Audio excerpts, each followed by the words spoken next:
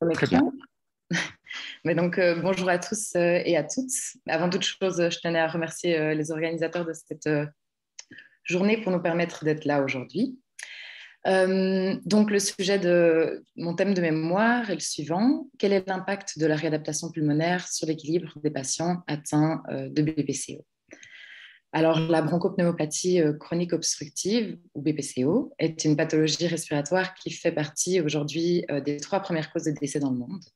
C'est une pathologie dont une longue liste de répercussions systémiques découle, telles qu'une dyspnée et une toux importante, une fonte de la masse musculaire, une diminution de la qualité de vie du patient et bien d'autres.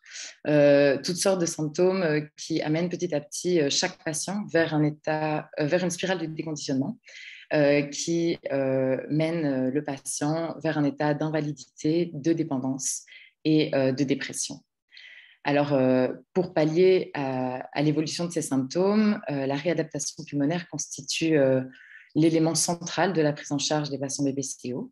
Elle consiste en une prise en soins interdisciplinaire qui comprend du réentraînement cardio-respiratoire, de l'exercice physique, de l'éducation thérapeutique et un accompagnement psychologique, entre autres choses. Cette prise en charge est globale et probante scientifiquement. Il a été démontré que la réadaptation pulmonaire permet de réduire la dyspnée, d'augmenter la capacité à l'effort et d'améliorer la qualité de vie des personnes atteintes de BPCO. Alors, au fil du temps, le monde scientifique comprend de mieux en mieux la BPCO et ses répercussions, mais de nombreux sujets restent encore à creuser au niveau scientifique. Et le sujet des troubles de l'équilibre ainsi que du risque de chute des patients BPCO en est un très bon exemple. En effet, il s'agit de répercussions secondaires de la pathologie, ce qui justifie en fait le fait que le sujet n'ait pas encore été étudié en profondeur jusqu'à ce jour. Mais ce déficit de l'équilibre des patients BPCO par rapport aux patients sains du même âge est aujourd'hui reconnu et joue un rôle important dans le maintien de la qualité de vie, de l'autonomie et de la mortalité de ces patients. Alors, donc, l'objectif de cette revue de synthèse, qui est la première sur le sujet, était donc d'analyser les différents résultats d'études obtenus par des patients BPCO qui ont participé à un programme de réadaptation pulmonaire. L'hypothèse étant que la réadaptation pulmonaire devrait être bénéfique pour l'équilibre de ces patients, tout en diminuant le risque de chute, vous l'avez compris. Alors, 11 articles ont été sélectionnés et analysés pour cette revue de synthèse, comptabilisant au total 376 patients. Parmi eux, 6 sont des single arm longitudinal studies, donc qui suivent un groupe de patients dans le temps, et 5 sont des essais randomisés contrôlés. Alors, un nombre aussi petit d'essais randomisés contrôlés s'explique par du coup, la nouveauté de l'étude de ce sujet. Chaque groupe de patients qui a été suivi participait soit à un programme de réadaptation pulmonaire classique, soit à un programme de réadaptation pulmonaire dans lequel un entraînement spécifique de l'équilibre était inclus. Donc, vous l'avez compris, les 5 RCT présents possédaient chacun un groupe de patients de chaque type.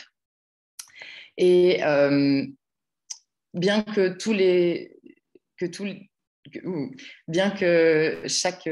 chacun des articles suivait les principales guidelines établies au niveau de la réadaptation pulmonaire, il est important de préciser quand même que la plupart des articles appliquaient des protocoles assez variés et différents, que ce soit au point de vue de leur durée, du suivi des patients et des modalités du programme d'exercice.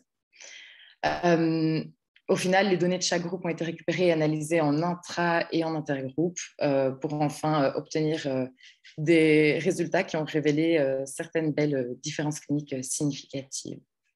On en parlera juste après. Alors, parmi les nombreux tests de suivi utilisés au sein des 11 articles étudiés, au total, 9 ont été utilisés pour permettre d'analyser et de quantifier les différences de capacité d'équilibre des patients en pré- et en post-suivi de réadaptation pulmonaire.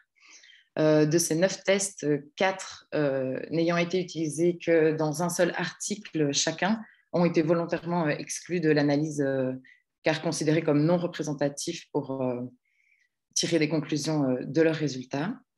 Et donc, les 5 principaux tests de cette revue de synthèse sont la Berg Balance Scale, le Balance Evaluation System Test, le Time Up and Go Test, l'Activity Specific Balance Confidence Scale et le 6 Minute Walking Test. Alors, il est important de préciser également que ces tests sont tous reconnus et validés pour le suivi de la population BPCO. Au niveau des résultats obtenus par les groupes ayant suivi une réadaptation pulmonaire classique, on remarque que seuls 2 des tests utilisés, le 6 Minute Walking Test et le Time Up and Go, qui évaluent plus spécifiquement la marche et le risque de chute, ont obtenu pour chacun de leurs groupes des scores cliniquement significatifs par rapport à leur score de départ. Par contre, aucun des groupes dans lesquels l'ABC Scale et le BEST Test ont été calculés n'a pu montrer une amélioration clinique de leurs résultats. Le BBS n'indique, lui, qu'une amélioration clinique des résultats seulement pour un de ces groupes de patients.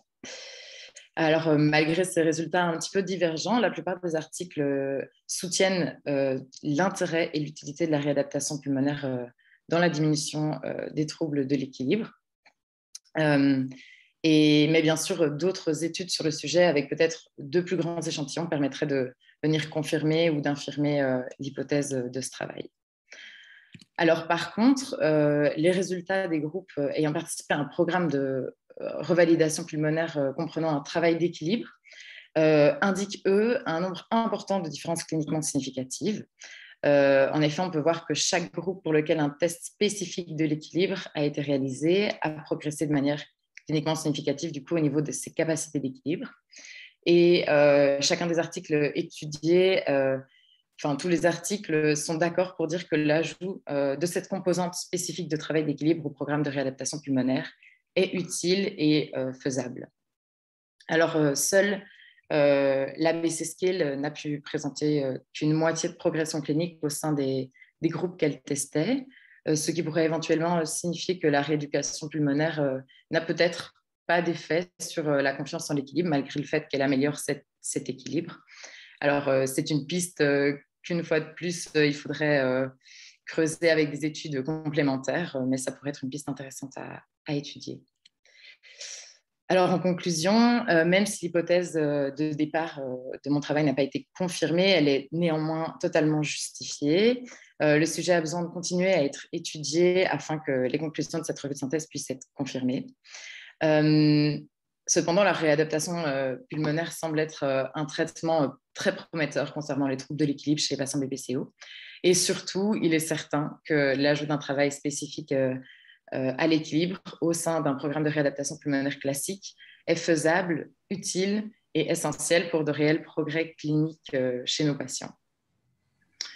Vous l'aurez compris, le point important à ressortir de cet exposé, si ce n'est le fait que d'autres études sont encore nécessaires, c'est l'importance d'inclure cette composante spécifique de travail de l'équilibre au programme usuel de réadaptation pulmonaire, parce que les chiffres indiquent que c'est non seulement faisable, mais surtout essentiel, car une amélioration de l'équilibre et une diminution du risque de chute sont directement corrélées avec une amélioration de la qualité de vie, ainsi